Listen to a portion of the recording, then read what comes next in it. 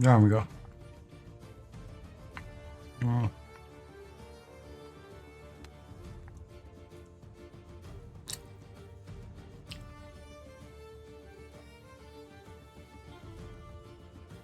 Okay. We tier listed. Let's start with Urn of Shadows. Wait, hold on. I'm gonna rate these on power level.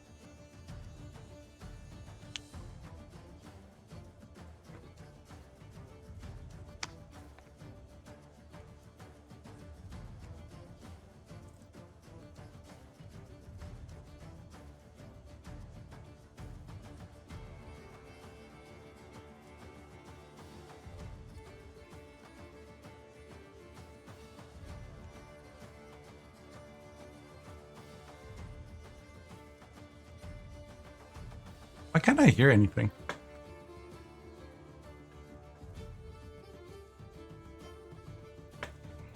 Music was super quiet. Tier listing about nothing else matters.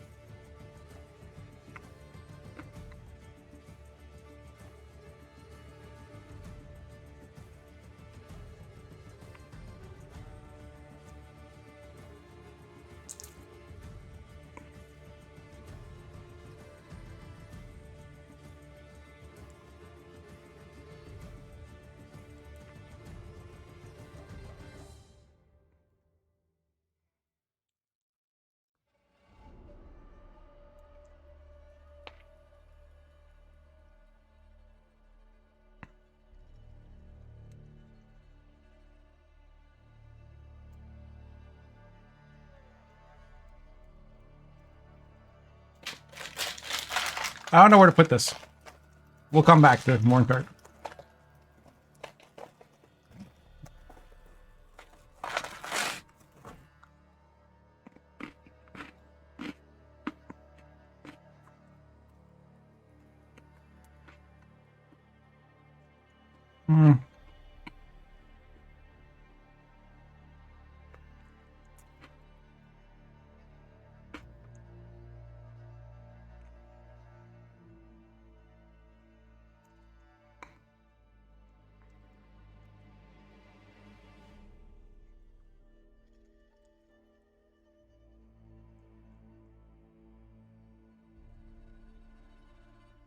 I hate to say it, but Caranthia's dumb design.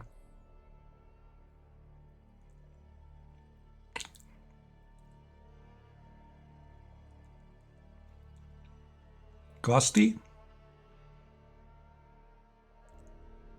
It's basically balanced now, unfortunately.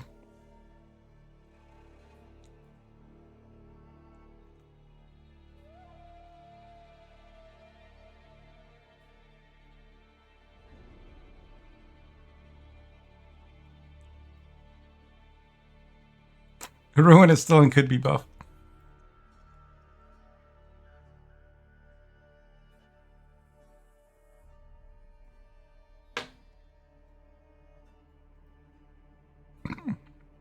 Yeah, Morbid is too strong compared to Regis. Well, no, because Regis is 6 more points. Like his condition is slightly harder to accomplish. Not slightly, it is harder because Morbid literally has no condition, and also Morbid works in the graveyard.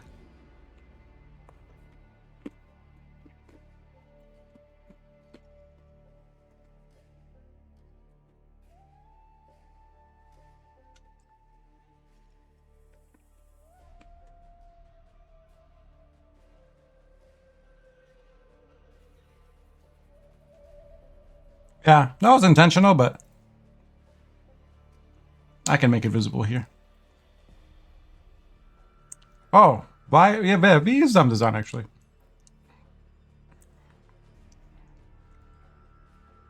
Also, dumb design.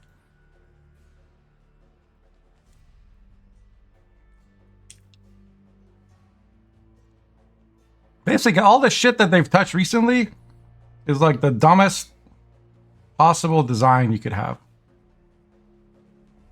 I can't decide which of these two I hate more. At least Morbid's like kind of okay. I don't know. Or Alpha Werewolf's kind of okay, I guess.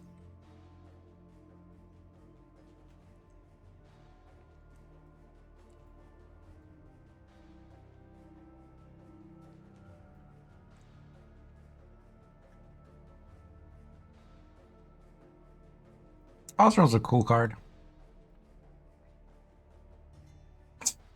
Winter Queen is pretty dumb design.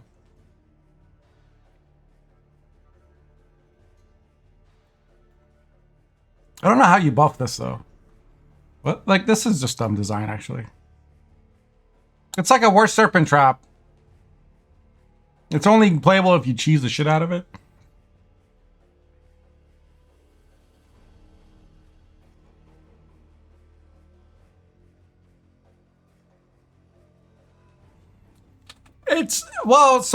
It's dumb. It's not, dude. If it was Monsters Vigo, Caranthier would be amazing. If I could play Caranthier and get a 1-power flatter, hell to the fucking yes. No, Caranthier requires you have that card in your hand.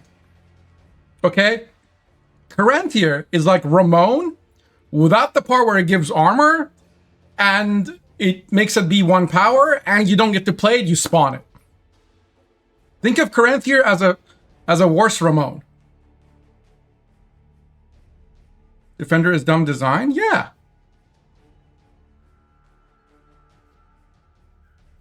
Chow, what do you think? Is Defender dumb design, yes or no?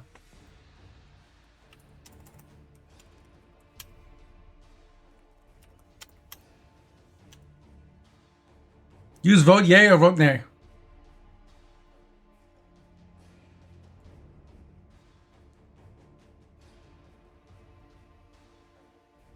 How is he worse than Ramon?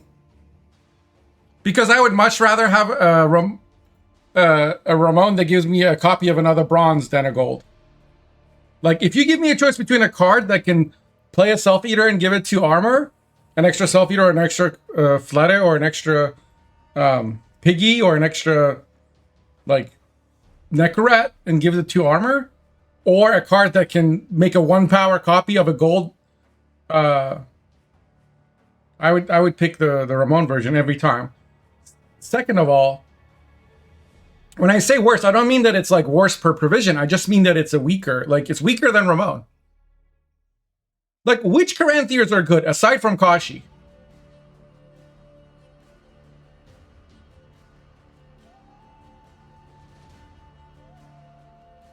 Yeah, I mean, Cave Troll is like, all the defenders are the same, guys. They're like either between 9 and 11 points of removal required to remove them, or 1 Peller, which is pretty dumb. It gets even stupider when you can give your defender Veil, or when you can copy your defender or Sabbath your defender. Like all the people that say they hate Sabbath or AQ or all those things, they don't. They actually hate defenders getting replayed.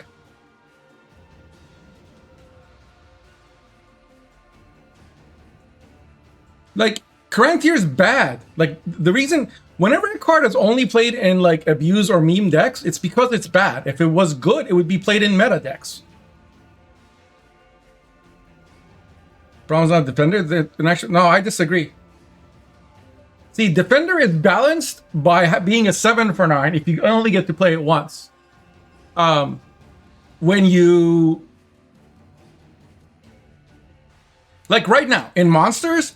Defender should not be in any deck except a deck that can Sabbath it out or AQ it. Like, otherwise, you do not want Defender.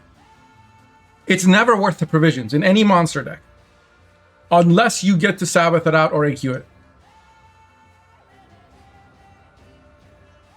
So, anytime you have a card like that, it's by definition going to be OP in some decks and shit in every other deck. It's like the Inspired Zeal problem.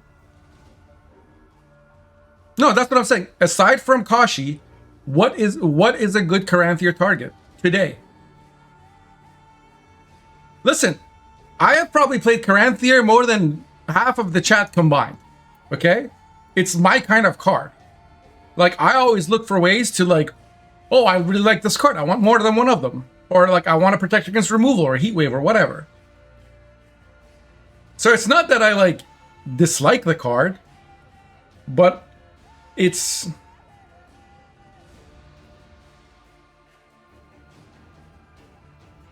like, it's got a really low floor and a really high ceiling. Like, if I spawn a 1 power Unseen Elder behind a defender, goodbye, right? Not that you can do that because it got nerfed now.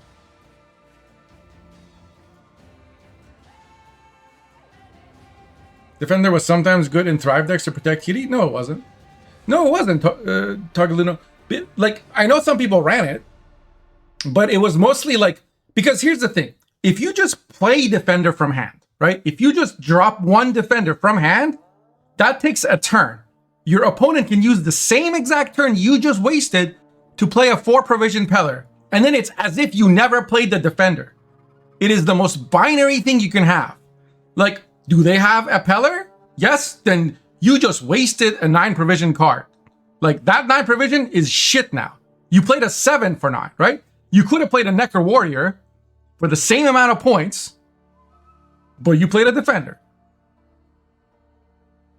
Right? If they don't have a Peller, it can provide infinite value. That's the problem with Defender. Now,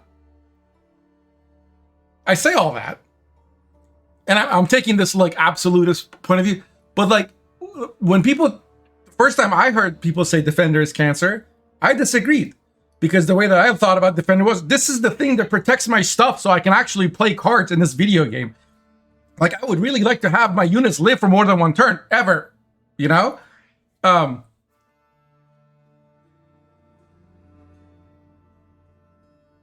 Like, imagine if Defender worked a different way. Imagine if Defender worked like Intercept does in World of Warcraft. Like, when a... or did, I don't know what it does now, but like back then, if a Prot Warrior intercepted like a squishy, the next melee hit that squishy was gonna take would go to the Prot Warrior. Imagine if Defender was like an ongoing thing, like where as long as the Defender is there and not locked, if you try to hit the kitty, that damage goes to the Defender. Like, he puts himself, he blocks, he's a bodyguard, but he doesn't prevent the targeting of all those cards. Like, the fact that Defenders prevent the targeting, like, Defenders right now counter, like, status giving, copying, moving, locking, like, they counter, like, applying bleeds, they counter, like, a million things, unless the opponent has a fucking old man with a beard. At which point they do fuck all. Like, you're still alive, Cave Troll, defend my shit. What are you doing? Like, I understand if he got like beat up and, you know, they poured like molten oil over his eyes or something, then fine, he can go like take a break. But like, if he's just standing there, he's like, well, I got this old dude come up to me and said something about the spirits of the ancestors, and so now I'm just chilling. Yeah. Like, defenders should defend. Defenders shouldn't cast a cloak of invisibility and immunity and untargetability, and also these guys can't move on a whole row of fucking units. What? Also, defenders shouldn't be movable. Like, defenders should sit on a row, and if you want to hit anything in that row, you gotta go through the defender. Think of the cave troll as a troll that stands at the entrance of a cave and doesn't let you pass. But you can still shoot arrows in there. You can still cast spells through him or whatever. But you can't hit anything. If you try to like whack something with a sword, he just puts up his armor, his shield or whatever and defends. He's the fucking front line. That's what defenders should do. You should buy the Gwent source code of Gwent and give it to you so you can't take care of the game. Hey, I would have done it for free if they just literally asked me, what should we do with this card? That. What about that? This. Hey, we have this problem where this Simless card is really like oppressive, and it's well, it can play like 4 bronzes.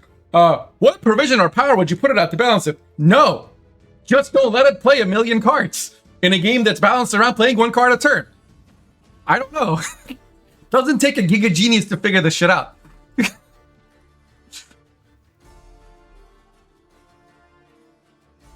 Like, I don't know. Like, how does a drowner move a fucking cave troll, man?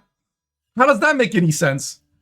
What? That little necrophage came out from the water and pulled on this giant rock troll's legs, and he fucking moved to the back line? Yeah, I mean, Simless is just dumb design. When we do Scoia'tael, it's gonna go sit in dumb design. Like, there just shouldn't be any cards in Gwent that play 2 other cards. Like, name one example of a card playing 2 other cards that wasn't fucking Cancer. I don't know, but I can name examples that were Cancer.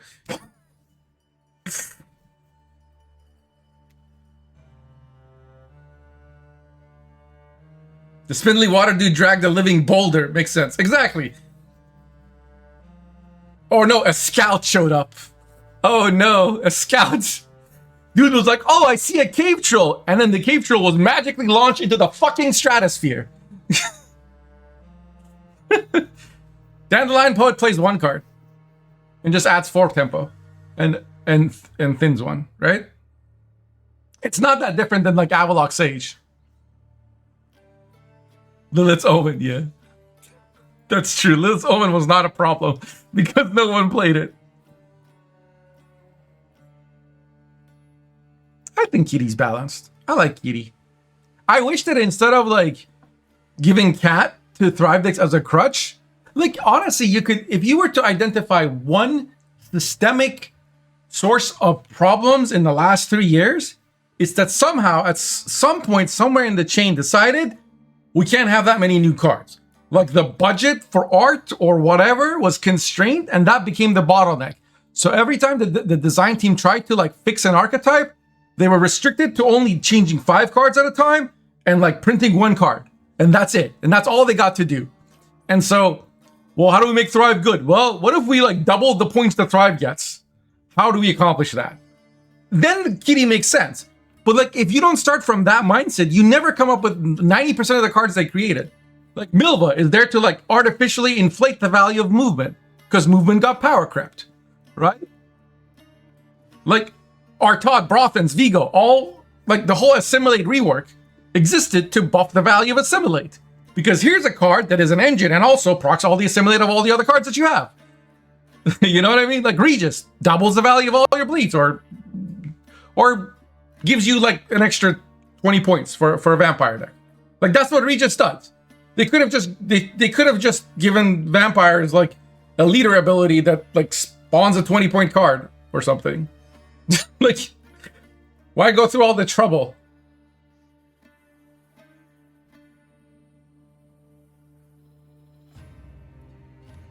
What are some other new cards we got? Henselt.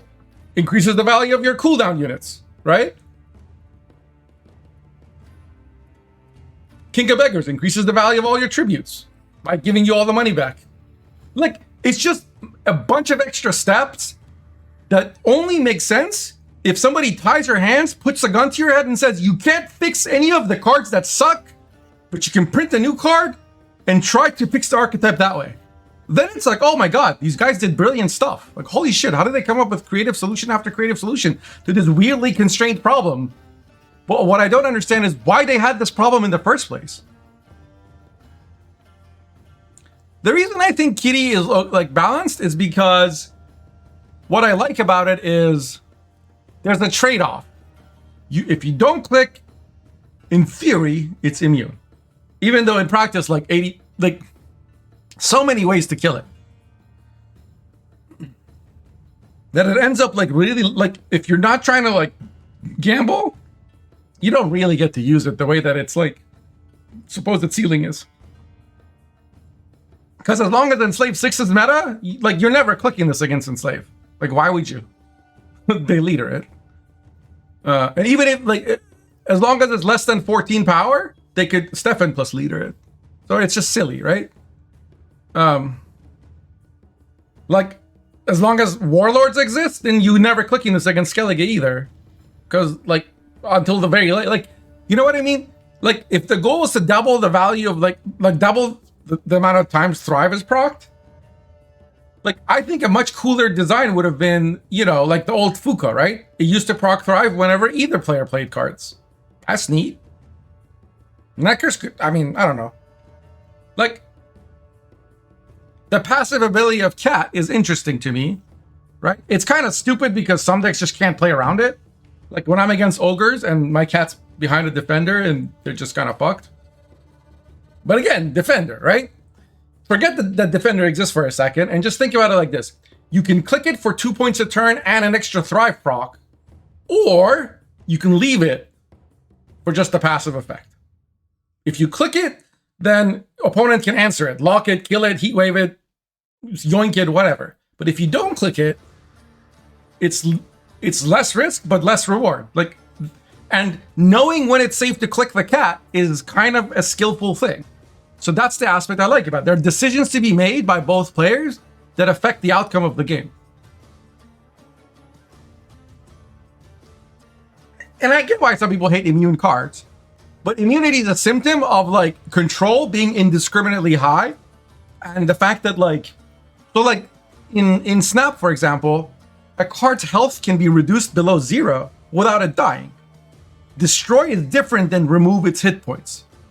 So it can allow for some interesting things. Like you can have an ongoing card be active and alive and apply some sort of buff to your units, but give you 0 points because the opponent reduced its power. Like, but in Gwent, you don't have that possibility because the hit points of the card can't go to 0 without the card poofing.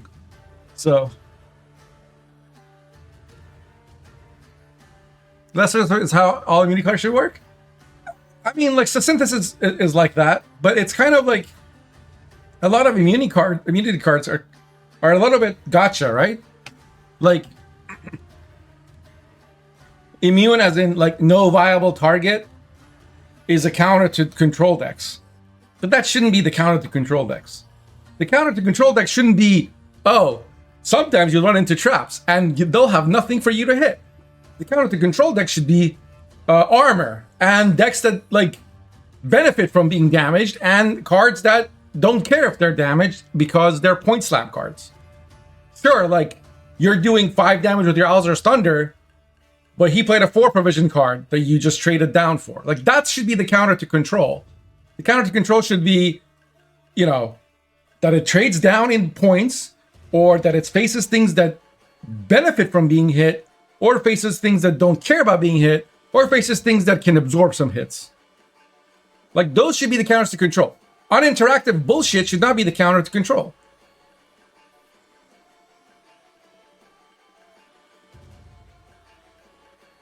I didn't say Snap's good. Well, I'm just talking about the power of cards. Trust me, I hate Purple Fart, Professor X, Meta as well. Now with Clog, like, there's lots of dumb shit. There's plenty of gotcha bitch things in Snap too.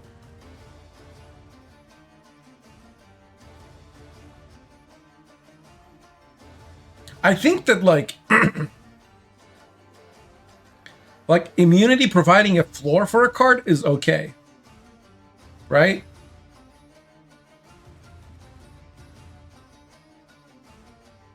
Because then it's just a matter of tuning it.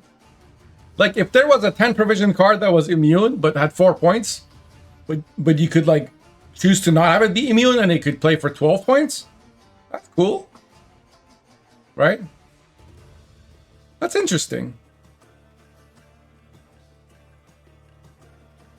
Although right now, like the fact that the only way to counter immunity was like, you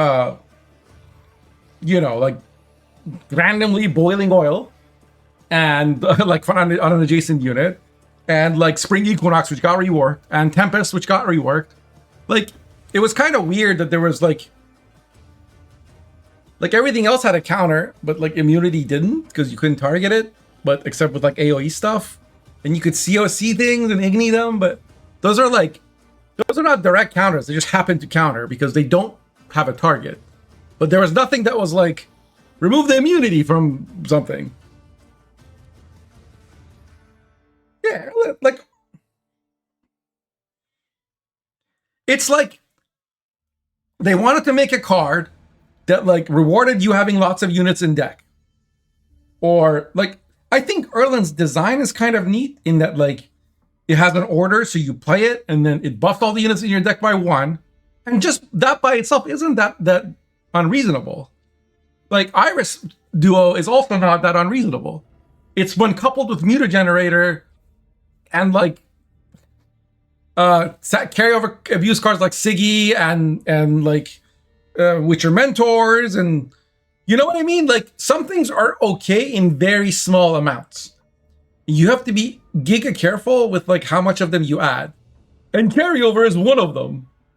Like I'm probably okay with something like Phoenix or like Toad, you know, like 3 or 4 points here and there is neat, right? Like something that's like, okay, opponent can't dry pass. Like I may lose on even, but they have to play round 2 and I get a chance to get my card back. Like that's cool. Like if you have a deck that is like, can be weak on blue coin, but you can play a card like Phoenix or something that can, or like the old Siri, but not the old Siri, but like, you know, the Siri that comes back into your hand. Like those are some neat things you can do as like counterplay, and opponent can also stop them. I think some of that is fine, but it's like this weird uninteractive carryover that lives in your deck and then appears on the board as an immune unit, so that even if opponent loses last say, it doesn't matter. Like that's a problem, right?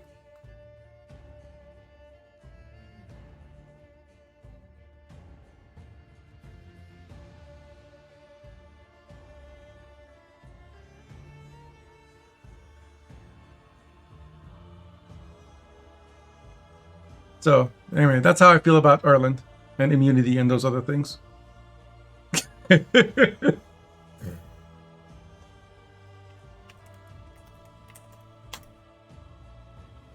Let's fucking go.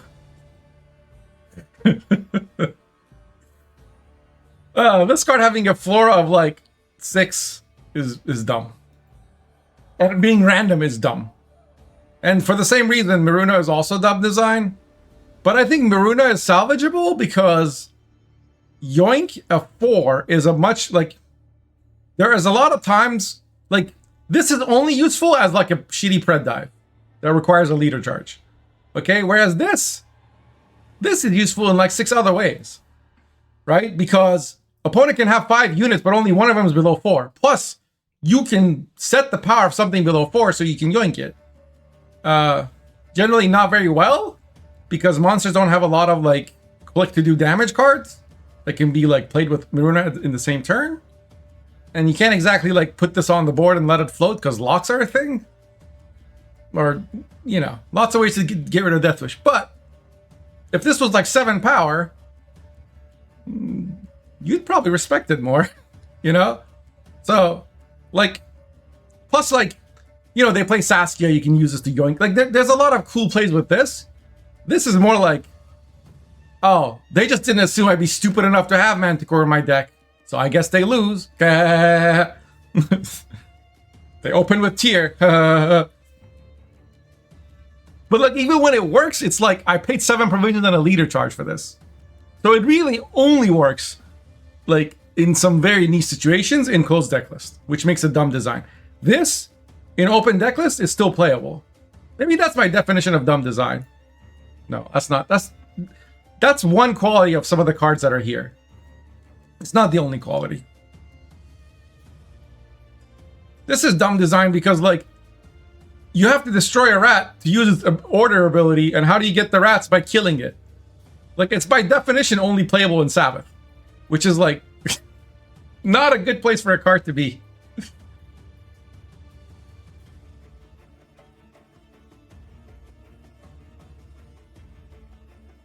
I think Born Tart's basically okay. Runa's at least kind of cool, yeah. Yeah, it like yoinks. Like it, I mean, and it's like playing a flute and enchanting someone. This thing's like roar. I am cat on rock. On the other side of the map, something randomly died. Which thing? The smallest thing. Why? I don't know. Because lions attack insects apparently? Like why does this kill the smallest thing? Why doesn't this kill the biggest thing? It's a fucking lion with wings, man. Why would it go after a drone? It would go after the fucking King Crumb or whatever. It's a goddamn dragon lion thing, cat. Like, Serpent Trap is 7 provisions, has a floor of the lowest unit, but the ceiling of the tallest unit. Literally the same amount of provisions.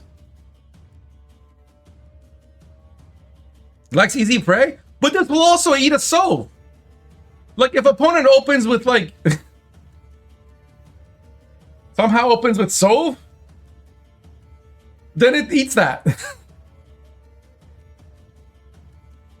You guys know what's the annoying mechanic in the game? Because it's the only way to counter, like, cards like Sigdrifa. That's why it's annoying. If you weren't rezzing shit from the graveyard 4 times, you wouldn't care if something got yoinked.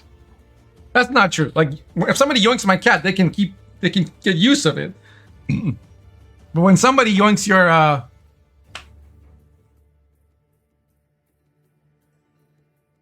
it's getting the monster equivalent of takeaway. Yeah. I'm not saying we should buff Manticore. I'm saying we should maybe buff Maruta. Urn of Shadows is dumb design. Because it's like, A, it's only for one archetype of the entire faction. B, it can be used on golds. So you're never going to want to use it on bronzes. It's an abaya that starts on the board and can be clicked at any time you want. It's the reason things like Quadruple Maddock exist or whatever, because they're not really doable without this. Like Triple Defender AQ wouldn't work without this. Because they play AQ, you'd heat wave it, and then that's end of story. But the reason it works is they AQ the defender and click this in the same turn. So now the defender is protecting the AQ that's behind the defender. And it all happened one turn. Like, this is stupid.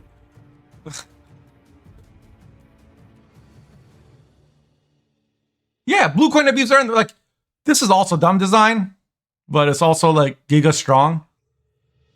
Like, why is it random? But like the fucking this is a crutch card, just like Kitty is a crutch. Like, of course, honestly, 90% of these cards is dumb design. Okay, don't get me wrong. Like, the more recent it is, the more likely it is to be dumb, and like, it's dumb. Like, this is dumb. This is lazy. This is dumb. Like, this is not the thing that vampires needed. This is just like insulting to anyone who's ever seen a Flaminica. I can, Calver. Earn house for some interesting decks. I mean, Earn is basically like Weavis Tribute or whatever. Where is it at? It's this card and Abaya kind of combined into a stratagem. Like, you could do all those things without Earn. Earn is just like an immune thing that starts on the board and you can click it at any time. Like, Blink is an insane card, a deck full of bad cards. Yeah. Oh, see, look, Wolfpack is getting played now. I bet they like patted themselves on the back on their way to the whatever it is they do after work. Good job, we did it. Look at all the cards that are now seeing play. Yeah. Faction is mostly cheese or point slam. Green and I agree with a lot about stuff like that.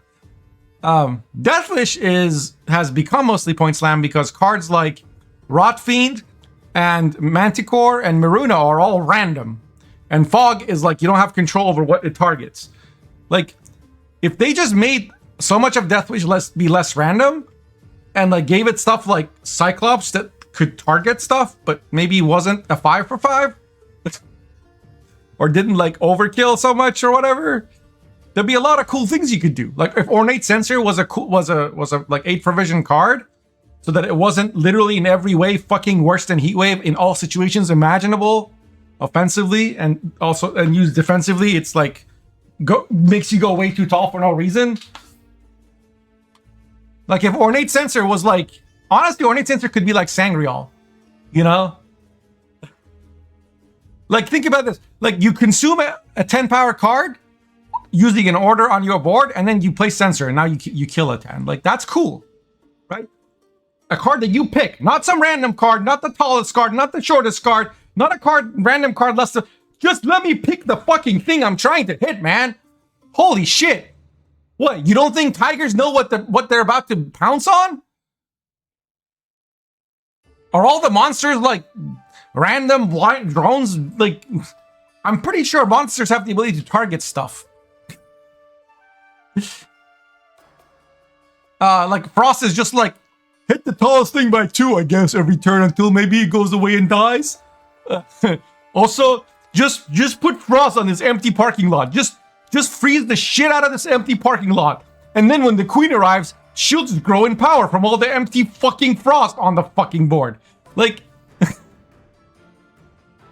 that's not because, like, the monsters' archetypes are inherently cheesy or point slab. It's because monster cards were so fucking, like, underpowered for so long that the only way to find viable decks was to find something the devs hadn't thought of and use that. Because everything they had thought of was nerfing to the fucking ground.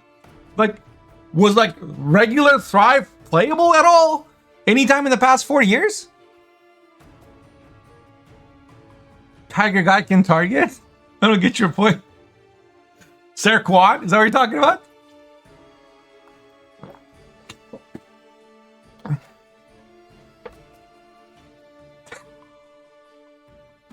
This like banishes everything in your graveyard. Well, can I choose something not to? No, everything. How about just relics? No, everything. Just banish everything. No, Kashi's not regular Thrive. Kashi is exponential growth Thrive. Serquan is not a monster card, no. It's a neutral. Yeah, long time ago, exactly. That's what I'm saying. It used to be good, right? Because cards like Necker and Larva and Bruxa and Growner were like good points per provision. And the longer the round went, the better they got. Like in a 4-card round, they weren't good. In a 10-card round, they were amazing. In a 6-card round, they were medium.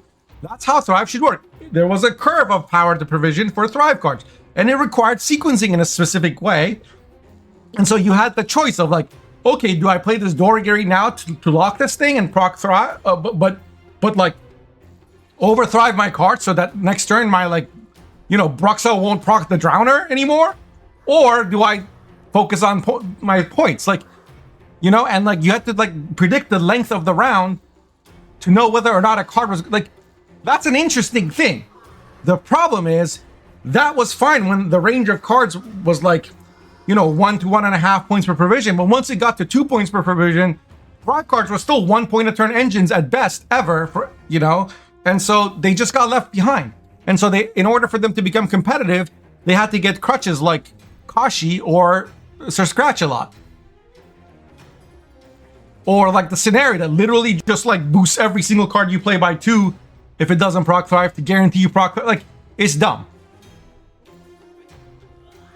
There was a time when like a tall unit was like, oh, that unit's tall, I can't kill it unless I have it like a Witcher, and that's it, right? Or Heat Wave at some point. But like,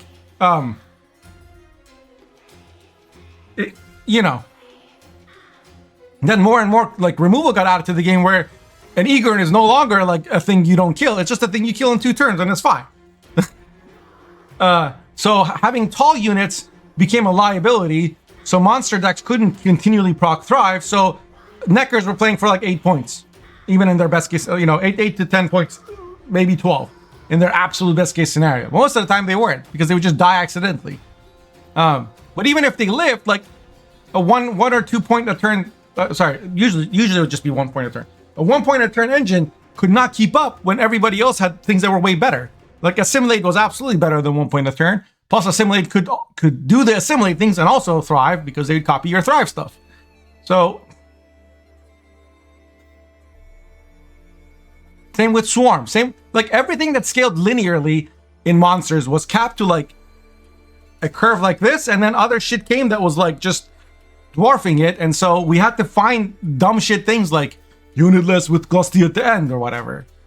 Like a cool way to play Glusty would be if you could like, you know, spend the game setting up enemy units but keeping them alive at 1 and trying to have as many enemy targets for it to eat as possible. All right, that's cool. But like, oh, I just leader 5 times and drop Glusty on the last turn after playing absolutely fuck all nothing and being uninteractive the whole game is not cool.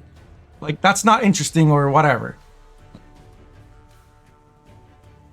Yeah, Penitent. I used to have a deck where I had Penitent with Pugo and Morntart and used Penitent to summon Morntart. I know it's been around forever. I'm just saying that's not very interesting. But like interactive deck where you damage stuff but leave them at 1 power is cool. That's a much cooler way to play Glusty than save all 5 leader charges for the last turn of the game. Like anything where you save all your leader charges for the very last turn of the game is kind of dumb. Because all it is like, I have last say, I have carryover. Oh, I played Savola with King of Beggars in deck. Oh, I played Sinless with Precision Strike Leader, and those guys were buffed.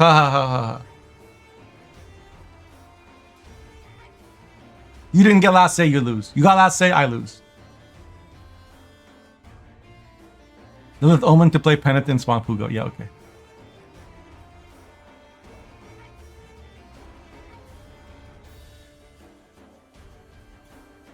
Okay.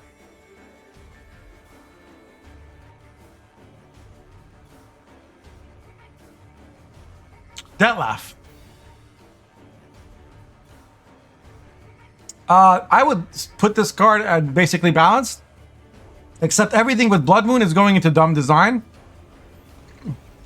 because Blood Moon is the bane of my existence. Why do you ask?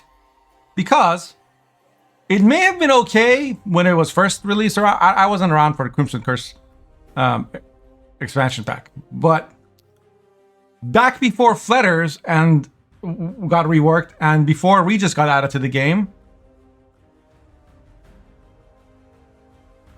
there was Oriana, which cared about the number of bleeding targets, but other than that, you didn't care if it was bleeding or being damaged. Being damaged was better than bleeding because it was doing the thing bleeding was going to do, but faster.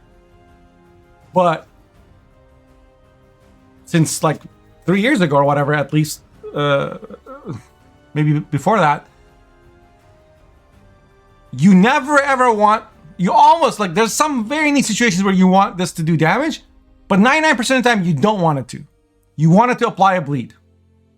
Because, and ideally you'd like it to be guaranteed to apply a bleed so you can play a Flitter and not leader. Because you have Blood Moon on the opposite row and you know you're gonna get a bleed. But you never know that. You pretty much never know that. Like, you only know that if there are no veiled units on the opposite row and nothing is bleeding. But of course there had to have been Blood Moon on the previous turn, so something was bleeding but it died. But not with overkill damage. And so now you know this turn it's guaranteed so that you can put your Flutter down and know that a Joust isn't going to kill it. Like, Blood Moon, like rain, frost, fog, none of them have this problem. Sometimes those things hit armor, which so does Blood Moon. It doesn't. That's no different. Sometimes fog overkills by 1, right? And sometimes there isn't enough targets for rain. But Blood Moon is by far the worst weather effect, like in terms of getting fucked over. Because, like, I mean, it's not like Veil isn't like armor. If something that has armor gets hit by rain, okay, I didn't get a point from that, but next turn I will, because now the armor is gone. Veil is there forever. It's just there for Unseen Elder to hit it over and over and over again, and you just die a little bit inside every time it happens. Which is why Unseen Elder is also going into dumb design. As much as I love these cards, I love all 3 of these cards. Until, like, as long as Blood Moon is gonna troll me, I'm just gonna put it in dumb design.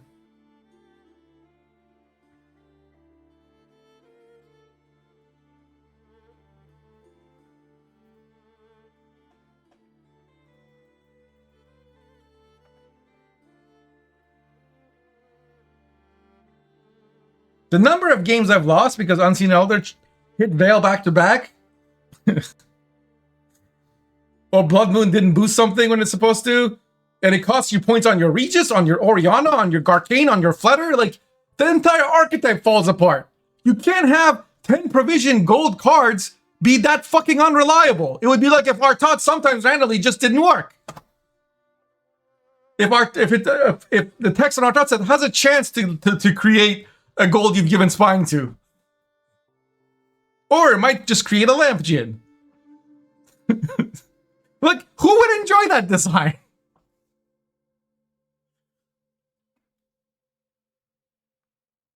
They do look nice. Oh, Monsters has the best art.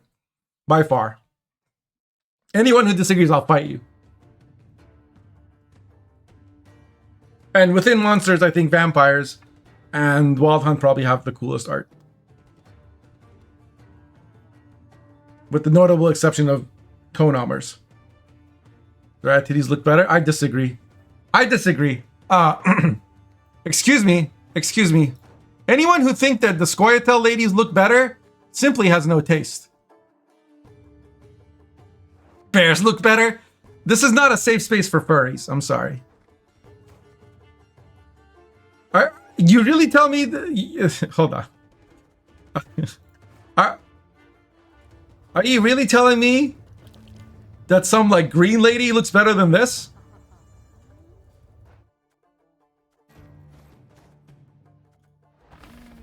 Or this? No way, man. No fucking way. You have no taste.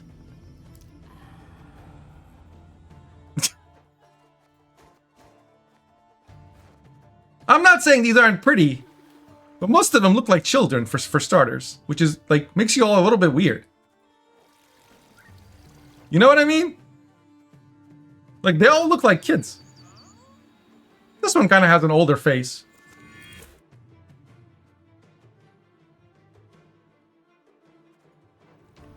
This one looks a little older. That's good.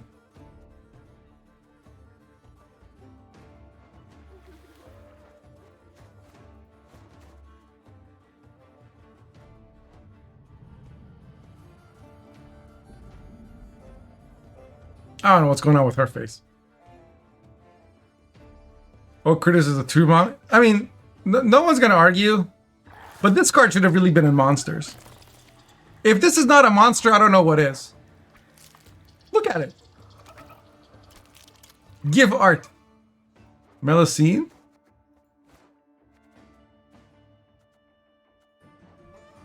What about that face, though?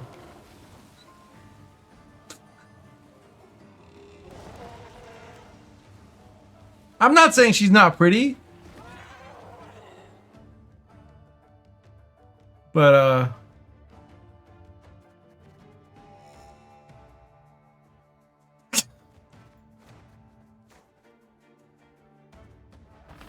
she's no queen.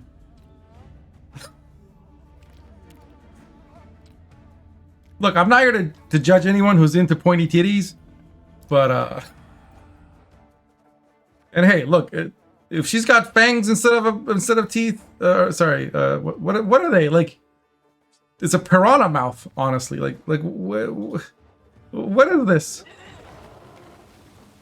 I don't know. When I see a picture of like a deep sea fish, I don't really get excited. I am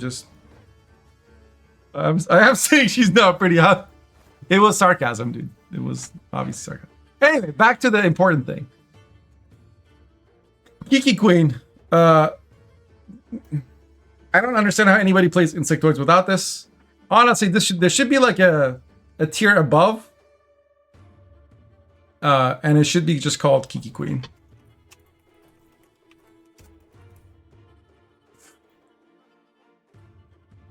Oh, no.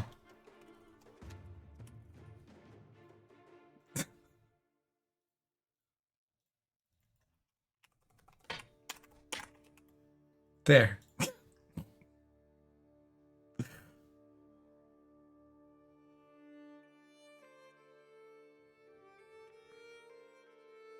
Grand Theft Auto Golden Child. I used to think it's dumb design. I still kind of do. But it's at least like the last 5 turns. It's a lot less dumb than like the Scoia'tael 8 provision owl being literally the same as Regis except better. Or better than Morvad. Like it's so dumb. This is fine. Could go in the could be buffed. But also like not. So I don't know. This is fine. I used to like I hated that you couldn't target with this, but given that you can play it on the back row, actually this should really go back to 10. Like it's fine, but it like not having like if you play this on the back row, it should give you might. That's so dumb that this got nerfed. Riptide is still auto-include MO deck, right? No, I don't think it's auto-include every MO deck. I don't like it in Vampires for one, because like...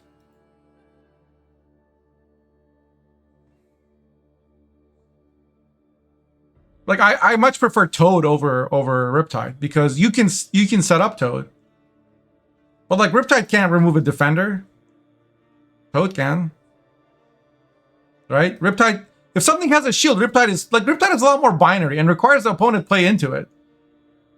So, like, when it first came out and nobody was thinking about Riptide, it was getting a lot of value. But nowadays, it just isn't. Can't remember the last time somebody played into a Riptide. Riptide was as bad as Dame to 5p? I think it's worse. Because Dame to 5p is literally just 2 provisions to that deck. No one was adding or removing Dame. Right? Well, 5p, 6p, 7p, like, that deck needs Dame, and the Dames need the deck, and it's just... You might as well have, like, made the scenario 16 provisions when you made Dame 6p. Right? There are some cards that are, like, build around and auto-include to the point where their individual provisions don't matter. Only the sum total of the provisions of the deck matters. Right? Which is why, well, everybody thinks, like, King of Beggars is OP. Nobody's saying increase the provisions of King of Beggars. Because it's like, all you'd be doing is nerfing the 5 provision cards in that deck. Dame is one of the few bronzes that's kind of in the same situation. Where it's never getting fucking removed from the deck.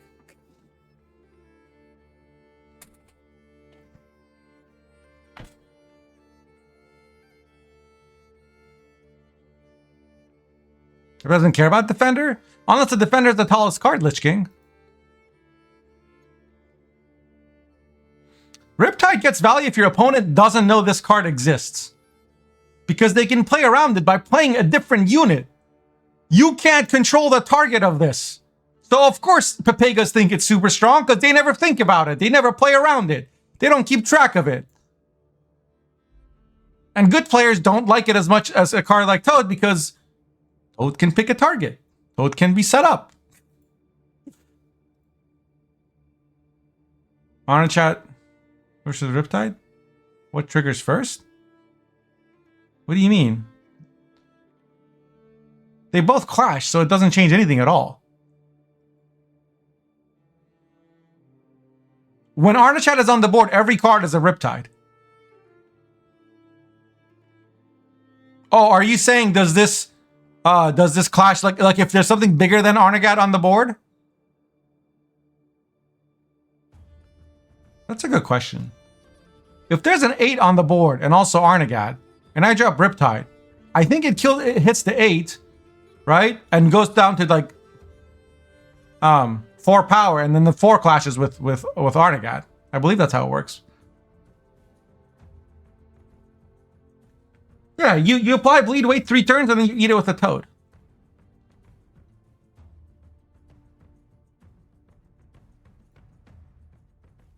Yeah, I think you're right, Fubi.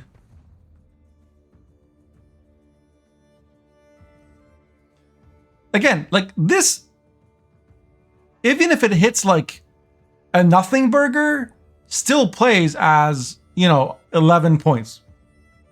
Usually. And 11 for 8 is really good. That's the ceiling of Toad.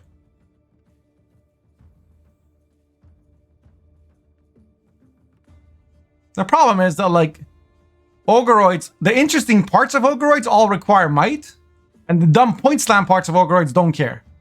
And by making this 9 power, we are saying the interesting parts of Ogreoids are not like, we don't care about them. All we care about is Goliath's a 12 for 7, and King Chrome is like, 17 or 34 for 14, and Yotun is a 15 for 8, and like Tugo and Ice Trolls, like, and the 6P Ogres, that's the interesting parts of Ogreoids, because there's play and counterplay, right? You were trying to set something up, opponent's trying to stop you, there's decision making involved. I dropped this card and it played for 15 points is not decision making. I mean, there's a decision to drop the card, but that's it. That's all there is to it. Push the button. I pushed the button. Button has been pushed. Your turn to push button. That's not fun. It's not depth, right? That's shallow gameplay.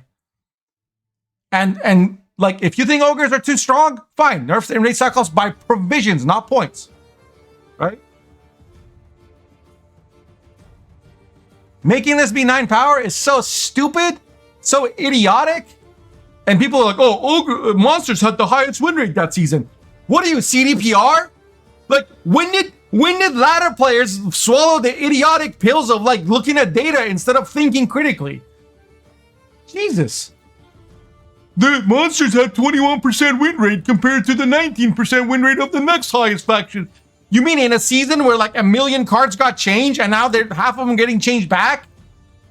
You're basing the rest of the life of this card is going to be determined on the 16 Russian idiots who looked at the fucking win rates and decided to convince everybody else in their community that monsters were OP? That's because this is never going back to 10 provisions. 10 power, by the way. You are never getting enough people.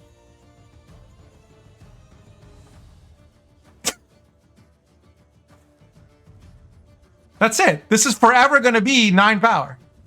And every time I see it, I'm going to die a little bit inside about how stupid people ruin, like... because the win rate on GwentData.com was too high for like 14 days after the first Balance Council ever. Nithral could still be buffed. But provisions, not power. Cards like this should never be more than 6 power. And in Frost, it's already going to be 7 power, which is kind of a problem for me. But...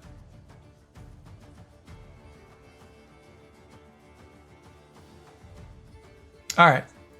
Cook Lady, basically balanced. Could be buffed too, but also basically balanced.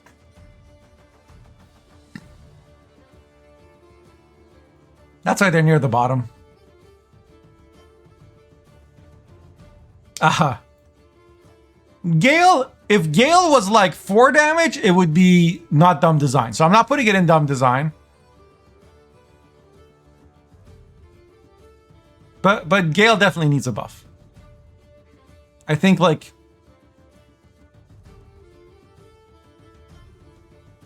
Catacan's probably fine. It could also be 8 provisions. But like, Protofletter needs the buff more. Actually, I'm moving this to dumb design. I love the idea of like a unit like doubling the power of your death wishes, but the nature of it is just so binary. Because it applies to all death wish units, and like this on an AQ is ridiculously good.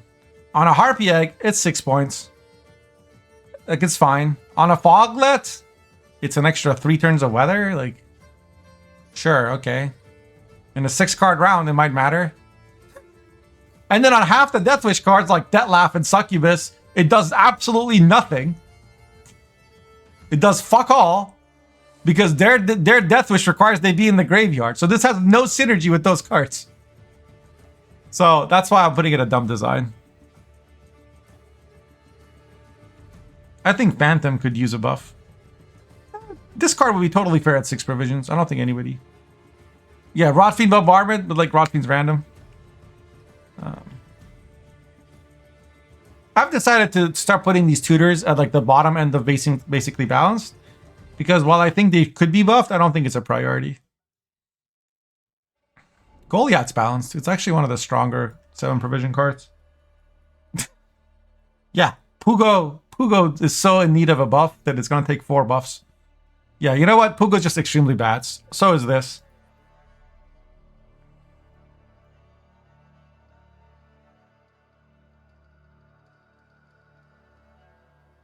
This almost could be extremely bad. But I also don't want to buff it.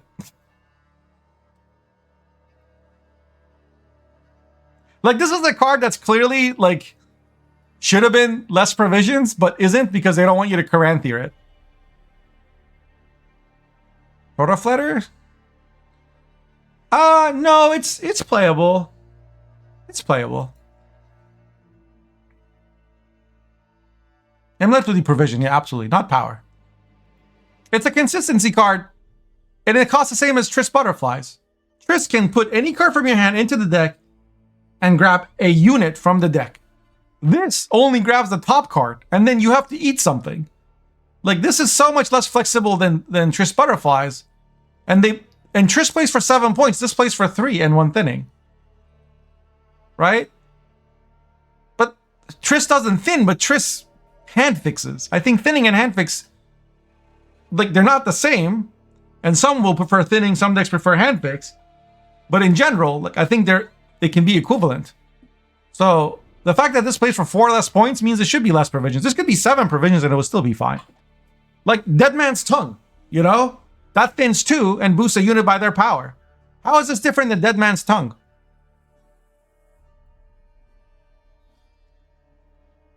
It's just, the only reason it's not extremely bad,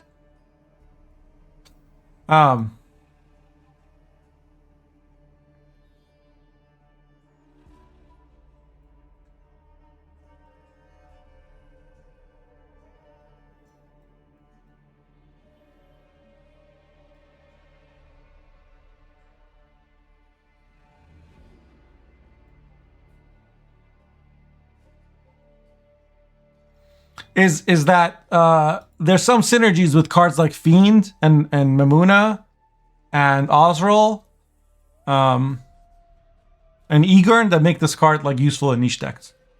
What's comparable to Fur Card? Yeah. Fur Card is literally 3, plays a special that same turn, doesn't just eat a fucking card. It actually plays a special and then has a passive. Has a fucking passive that applies spine to everything and thins 1. Like, Fur Card is like a billion gajillion times better than this, and it sees no play. Like, the only reason this sees play is because monsters have nothing else.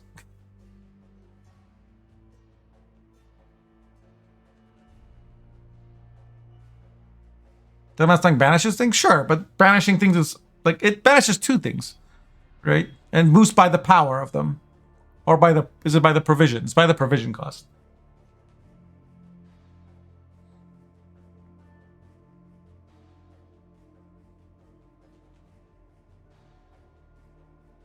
Fur Card can, like, puts a body for specials to become proactive. Like you can fur cart into Joust or fur cart into DMT or fur cart into, battle prep or whatever. Should damage the tallest unit by 1 every turn. Yeah, that would have been a cool redesign and justified it staying at 9.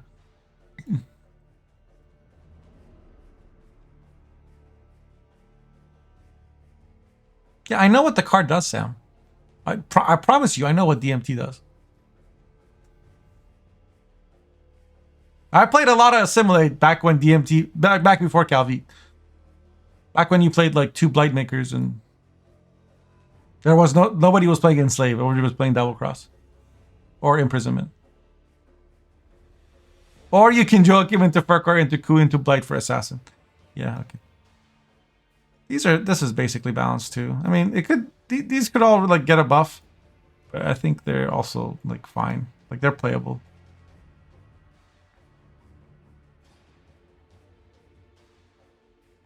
I think in order, this is the most playable, and this is the least playable.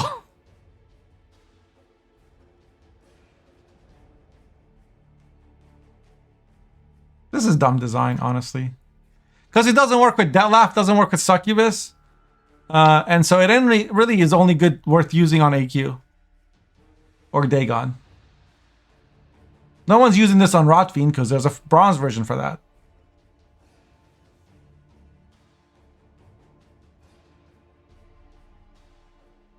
Oh, thank you, Darkhand. Who made this?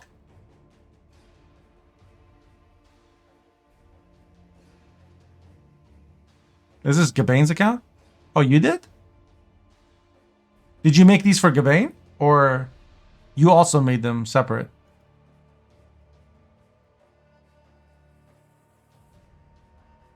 Yo. Thank you, man. You are a goat. You get a star. The community service right there.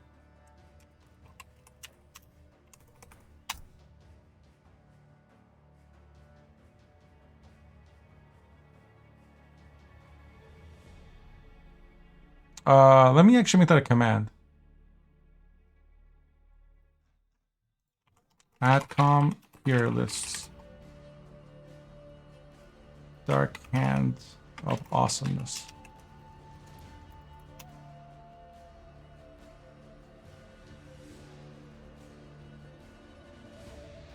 Gale isn't as bad as what everyone says. It's easy as hell to get 11 points of value from it, and it's only 6p. Okay. First of all, y'all and Yuta are also 6p. Okay? Yo, Jan with the gifted sub to Darkhand. Thank you, Jan, and congrats, Darkhand. Well deserved. But I can tell you this. He won't sell anybody out to buy his future. And that, my friends, is called integrity. Integrity. Dark ___ hand sub hype. So, if you're counting,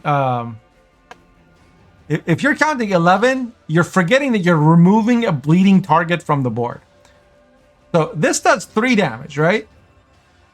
But only to bleeding targets, which means there has to be at least 1 bleeding. Most of the time, there's 2. So it's really doing 1 damage. It's like 5 points.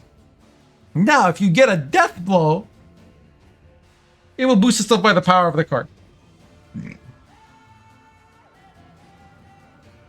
But like, if you get a death blow on a 7 power card, which is what you're using for your 11 thing,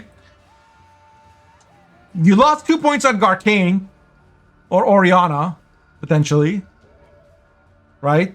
Plus the 2 points that was of bleeding that was gonna take anyway. So that's like 6 points. And you had to wait like 5 turns before you could hit it. Like that's a lot of conditions for an 11 for 6. Yeah, Blightmakers are 6 provisions, play for 11, and thin. And Gale is 6. Gale is terrible. Like, I might not play it at 5p. You understand? Like, yes, sometimes you get a Omega Gale. I'm sure, like, I have clips of me getting Giga Gales. Here you go. Here's a Gale.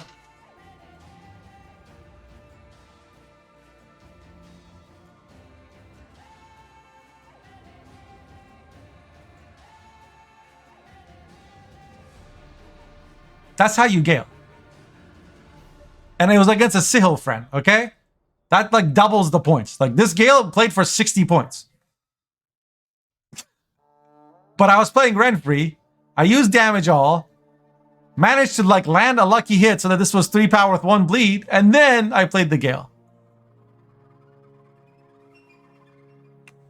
I'm not unfamiliar with the card. Okay? But there's a reason everyone says it's bad. It's because it's bad. Like, you could play this or Queen of the Night, which has a floor of 9. Like, and can purify. Like, it's conditional, but like, it actually adds value to your Regis instead of removing value from it. Werecat. It does half the damage of a Lacerate and gives you 3 points, but for 1 extra provision. Like, why is this not fucking 6 or 5 provisions already? This is like a Gird for 4 less power. Do you understand? Gird literally exists, does the same thing as this, and has a 8 power body. Sorry, 5 less power. Gird is an 8 for 7. 4. And does everything, damages everything on the other side by 1. Oh yes, I know it says a Death Wish. And Thrive. But that card's a Witcher. And has Adrenaline, so you can tutor it. Like, I can make up random ass reasons why something is good also. But in practice, this sucks. I mean, Werecat needs multiple buffs. Werecat is in like Pugo territory, right? This is not extremely bad. I think at 6p this would see play.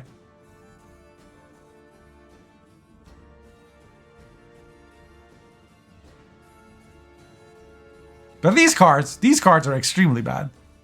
Extremely bad I'm defining as needs at least 2 of power and provision buff before they're even playable.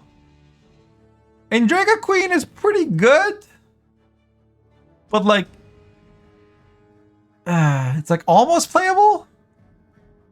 You know? But sees no play because the only Sabbath decks, the only AQ decks that are competitive are Sabbath decks.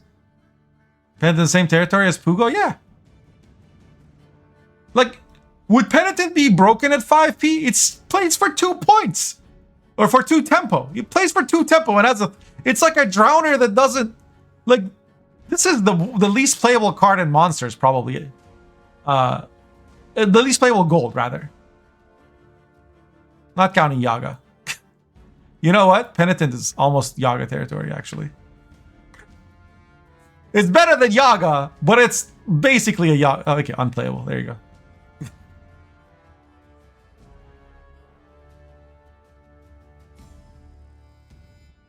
Oh, I have no problem with the Thrive unit with a Death Wish, because like, once it gets big enough that you can't proc Thrive anymore, you consume it, right? Maybe with a Barghest or something that also procs Thrive, because it's a consume on deploy, right?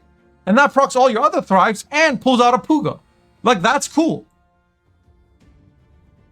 Yeah, and when Urn got added, you would drop Penitent and you'd click Urn on your Penitent and it would pull out Manticore or a Beast. It was usually Beast and Pugo were the 2 cards that you were pulling. Sometimes Phantom. Like Beast, Phantom, Pugo, like with Penitent, cool combos. All of those cards, literally all of them could go down to 6 provisions. Beast, Penitent, Pugo could go to 6. And this could be changed to 6. But they won't. So instead, what we should probably move to 6 is this one.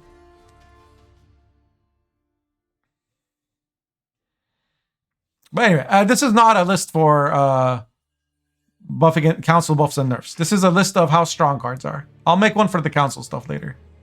This should just go next to Old Spear Tip. I I think this is like, this is a dumb card. But the problem is this. Yeah, this is dumb design. But it's very playable. It's just that, like, you want me to play a card that pulls another card out of the deck, which would be thinning inconsistency, unless the thing gets sneezed on. Then it pulls the other card out of the deck and boosts it by 8, or boosts its base power by 6, which goes really tall. But then if this gets locked or killed or banished, then I don't get the other card. And I'm just stuck with like a 6-powered brick, like Elder Bear. This is an Elder Bear, essentially. That sometimes, but it's like an Elder Bear with a failsafe, I guess. But like when it fails so badly. But also you can use it to troll your opponents when you have it in hand. Like when you have a brick, sometimes you can punish the opponent. I don't know. It's just, nobody feels good in the transaction. Like at the end of the, it's like eating like McDonald's fries that have been there for half an hour. Like, yeah, you could do it, but no one's feeling good after that. Yeah, I'm putting him on, I put the last one on Twitter, Tigris. I'll put this one as well. Oh, also we have a command. Here you go. SK tier list. So then you'll just come in here and do MO tier list, which we don't have one right now. And so far I've only done the golds, but this is basically balanced. Where rat? I think where rat's balanced. Where does it sit? What is one of the better cards in here?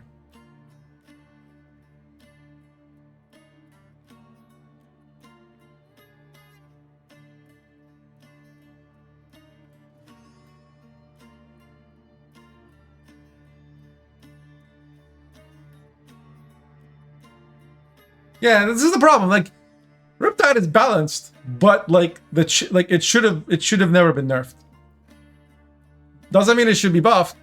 Or it's not an urgent to be buffed, but it should be buffed. But we shouldn't use a slot on it. Yeah. All right, Girdle. I'm putting this in extremely dumb design because like a 12 provision gold special that boosts a card and then only works if there's like it's just a win more card for Ogeroids. And 12 provisions? Like, Ard Gaith? Honestly?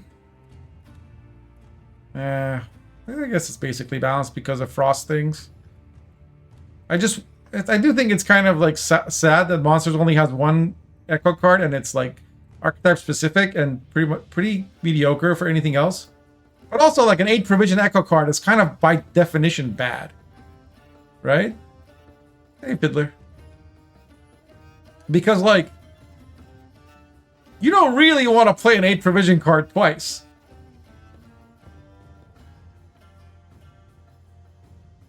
Blood Moon should do remaining. No, I think, see, I think that, so Lights Off says, I think Blood Moon should do something, do the remaining damage if you pass, when, and you control a vampire. Right? I personally think that the fact that Weather takes turns to do it to achieve its points is a neat mechanic because it requires that you predict the length of the round and like makes it so like it's or if it's in round 3, you need to play it with 5 turns left to get full value, but you may choose to play it later for other reasons. So there are trade-offs. Trade-offs are good. Decisions are good, right? Like, having stuff that, like, damned if you do, damned if you don't, is not good. Oh, my opponent just applied 12 turns of Frost. Guess I should pass and laugh at him. No, because if you pass, his Winter Queen will boost to hell. Or next round, he'll be able to drop an artifact that he can click on and get the same amount of Frost from last turn back into this round. Look, why? Like, that stuff, I hate that stuff. In terms of giving vampires a way to get value from bleed that hasn't ticked yet, or Blood Moon that hasn't applied bleeding yet, you know, that would have been a cool idea for Verena, right? That you drop her and, you know, removes all bleeding from enemy units and damages them by the amount of bleeding removed. Or, clears all blood moon effects and damages a unit by the amount of by 2 for every turn of every turn of blood moon removed. Right? So like you have like 4 turns of blood moon on an enemy row, you drop Verena, you remove the blood moon, but you can do 8 damage. That's cool, right? Taking something from here, removing, like, I no longer have the blood moon, but instead I choose to spend it, right? Like, taking your like troops from one side of one side of the battle, applying them to another side, or like taking your resources from here and using it to do the other thing. Converting things to things is good. Doubling things with no payment is not good, right? Just trade-offs. It's because that's a trade-off. You're removing weather, but you're getting damage. Anytime you give players the ability to convert one thing into another at a cost, you are adding more interesting mechanics to the game. Anytime you remove player agency, you're making the game worse, in my personal view. And I think a lot of people feel the same way. It does not feel good. Like, we don't want to, like, it's fine to have some randomness and luck in a game. It creates some excitement. But,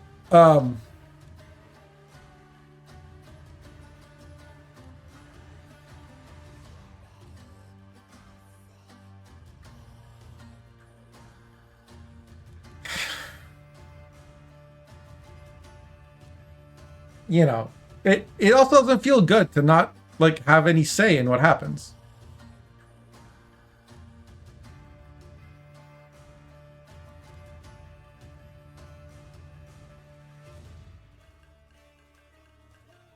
Taunt should be buffed. Taunt is too expensive at 14. Should really be 13. Also, Frightener, like, it's too expensive at 9. I also think Necromancer's Tome is too expensive, but it's also kind of problematic, or can be problematic. I don't know. I'll just put it basically balanced for now. Because, like, it requires setup. It's not that oppressive. It only works in the round. It doesn't have resilience, unlike some things.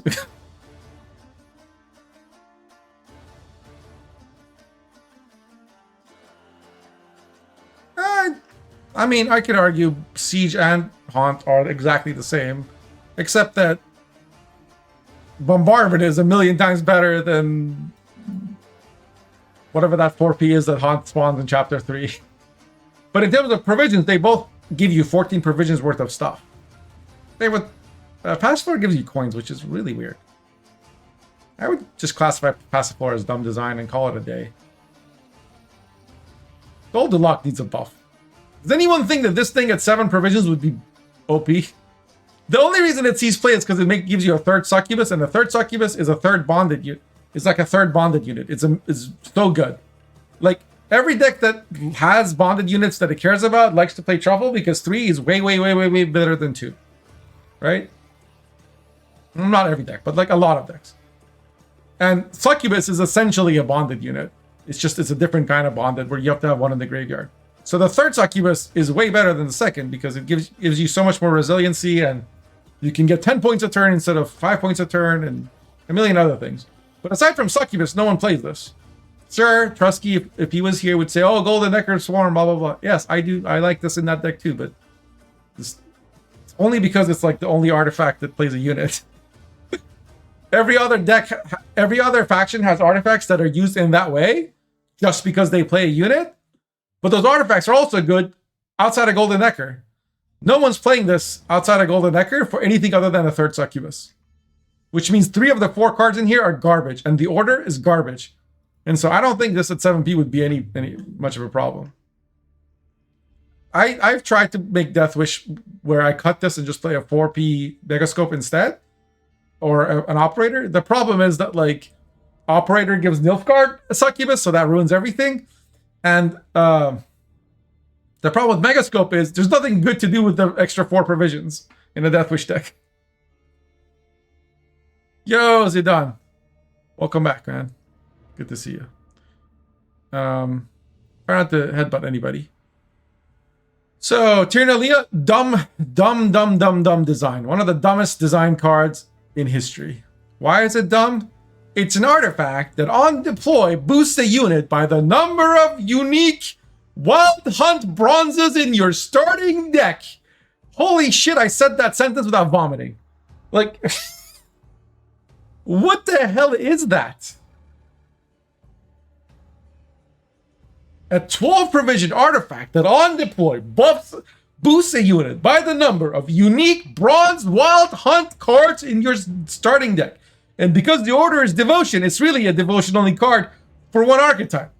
So like 1/8 of 1/6 of the game's decks would can even use this to begin. No, half of 1/8. Sorry, half of 1/8 of 1/6. So it's 1 in 96.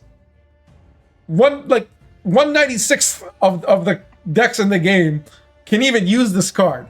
What a waste of artist time and effort. Like, it's such a...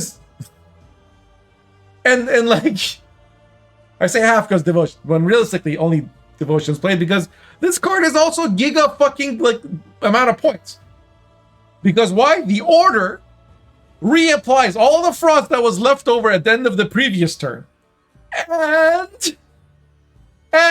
plays a 5 provision bronze special. Like, what the... Which happens to let you replay a bronze.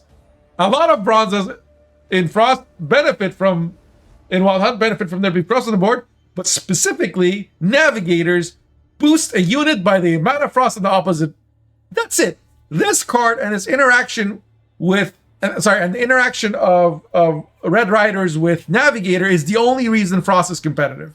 Without it, it's just a Terabad archetype, and is only good for like red coin abuse into some things that can't deal with it.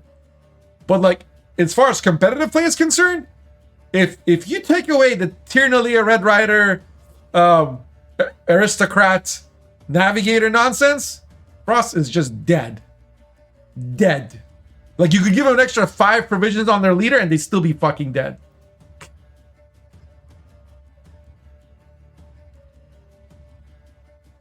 So there's a number of reasons why I think it's stupid. One is you should not be rewarded for like unspent weather.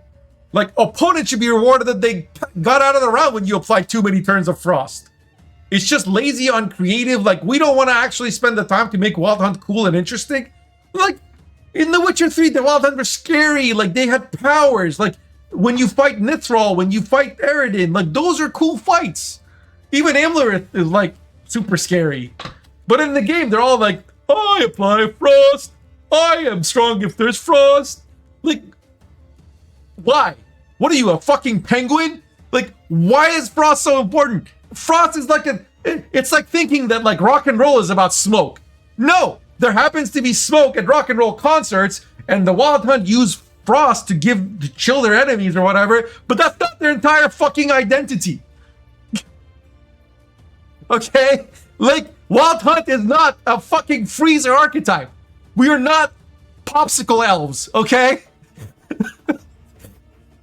The Wild Hunt are fucking scary skull, like, their armor is made of skull and it's black, and they arrive through fog and they're from another fucking dimension, man, and that dimension is not an icebox.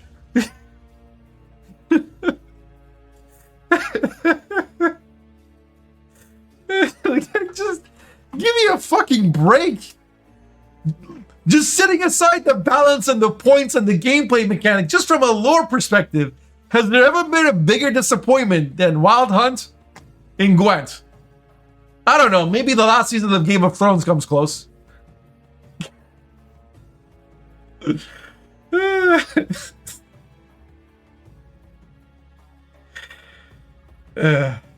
then so that's the order, right? But the season that it came out, people were playing a non-devotion deck with, wait for it, Dwimviandra, the greatest bronze in the history of problematic Gwent cards. And they were just like they were ending one round with like 9 turns of Frost on the board, and then the next round they would just dwim this over and over again. Every time they clicked it, instead of just like setting, all they had to do was change the word like apply to set, right? Like if the order on this would just set the turns of Frost to whatever it was at the end of the last round, it would be capped at 9.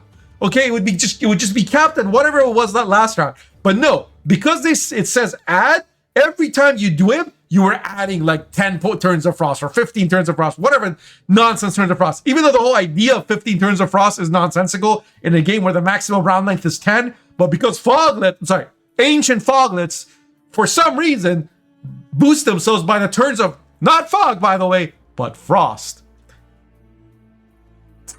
Like, it's called foglet! What the fuck do you mean? Like, why doesn't... They're ancient. Like, is it because if you leave fog in the freezer for a long time, it becomes frost? What?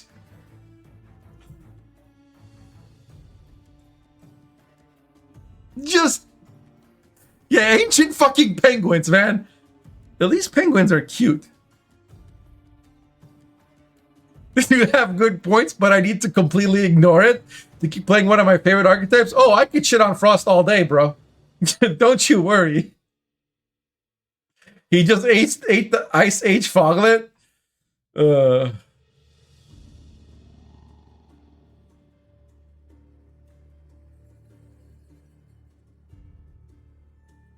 I haven't even gone to the dumbest part of this artifact yet. The deploy boost by the number of unique well-done bronzes.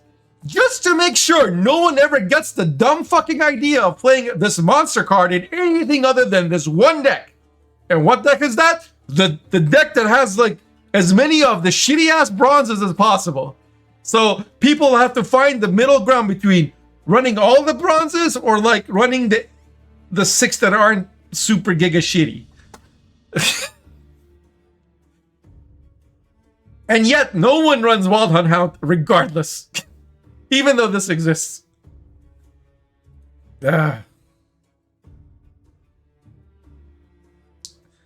Boost X boost slash damage slash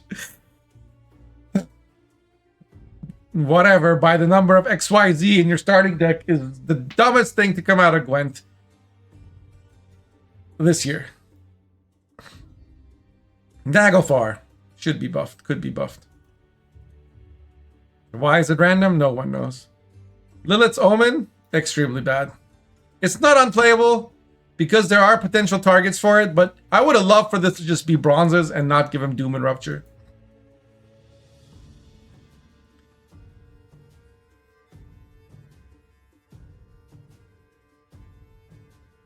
If he was an Ice Age Foglet, he would have had tusks. That is true. That is fucking true. Somebody mod the game. Give me a mod where my foglets, my ancient foglets, just look like foglets but with tusks. Make it happen. Well done, penguins. That's gonna be the name of your decking game.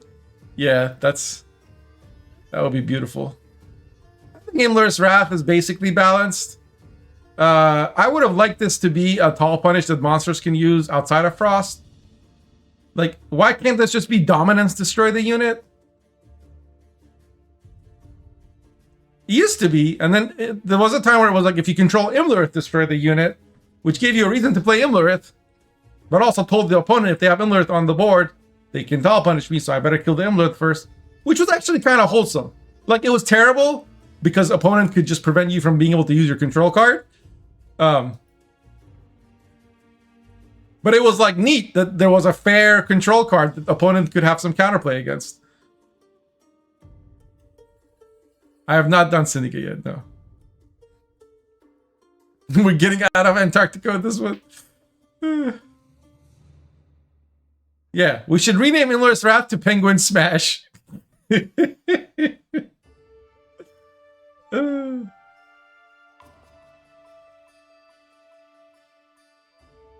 Can't wait to see how big the unplayable section will get.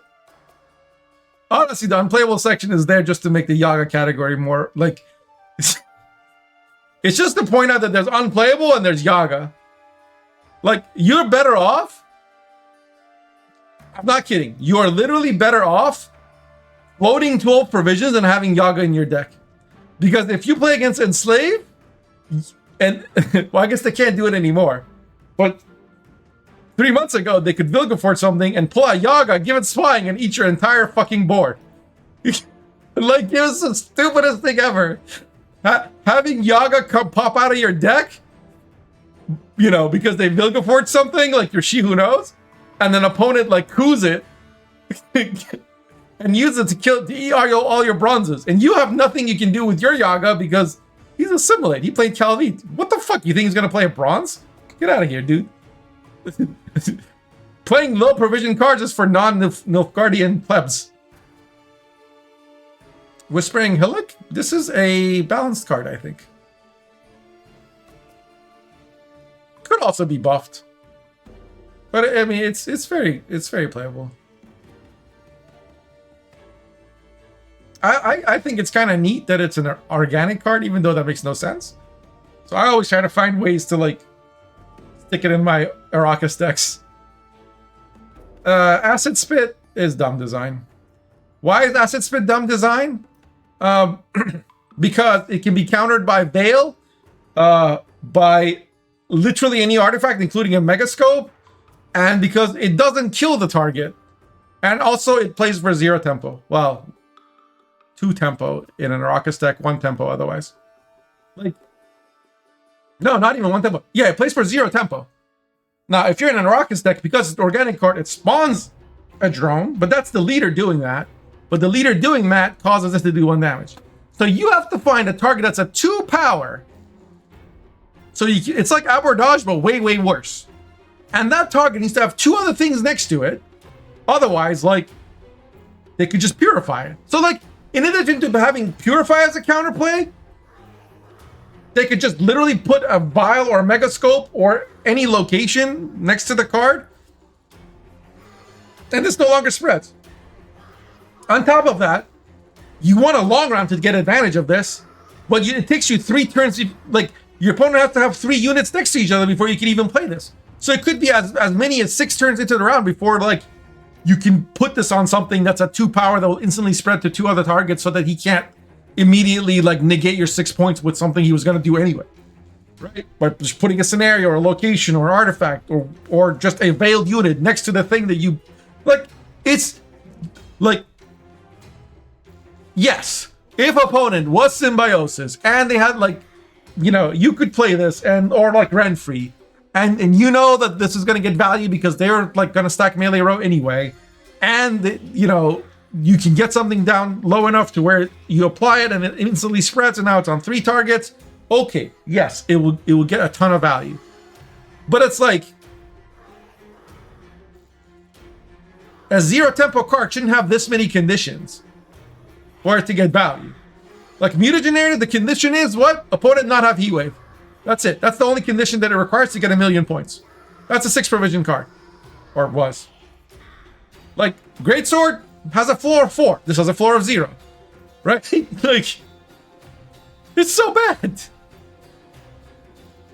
And don't give me that, oh, it has a floor of 2. No. Like, no. That's not, like, that's that one leader having a synergy with organic cards. You can play literally any other organic card and have the same floor. That doesn't mean that, like, to get the same, you know, 1 point. That doesn't mean that this card is getting it. It's the leader. Like, shut up. I'd rather, like, play a Spore on an empty board than play this on an empty board. And they play for the same points. It doesn't have a floor of 2. It has a floor of 0. Lich King. I just explained it. If I'm not playing Arrakis leader and I apply this to an enemy unit, it will only apply to infusion and not do any damage. The only reason it does damage when you play it is because when you play it with the Arrakis leader, because it's an organic card, the leader spawns a drone. That drone being spawned does 1 damage. So at best, you can argue it has a floor of 1. At best. Like, if you really squeeze your Sphinxter really tight and decide you really want to, like, justify the shitty ass design on a 6 provision card that was actually released at like 8 or 10 or whatever the fuck it was, and people still don't play it after all the provision buffs it's gotten. If you really want to, like, just French kiss this card you could maybe say it has a floor of 1.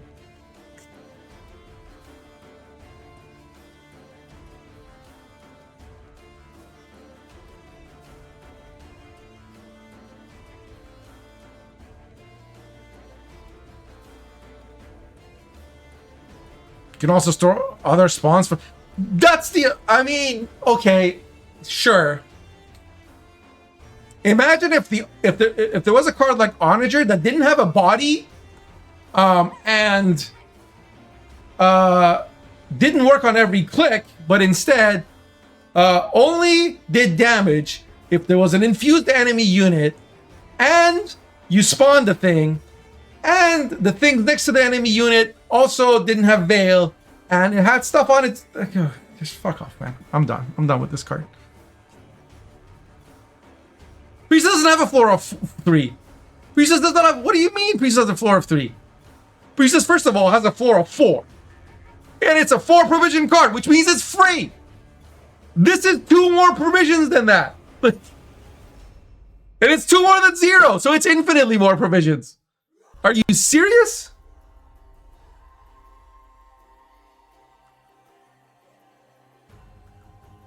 Come on, man.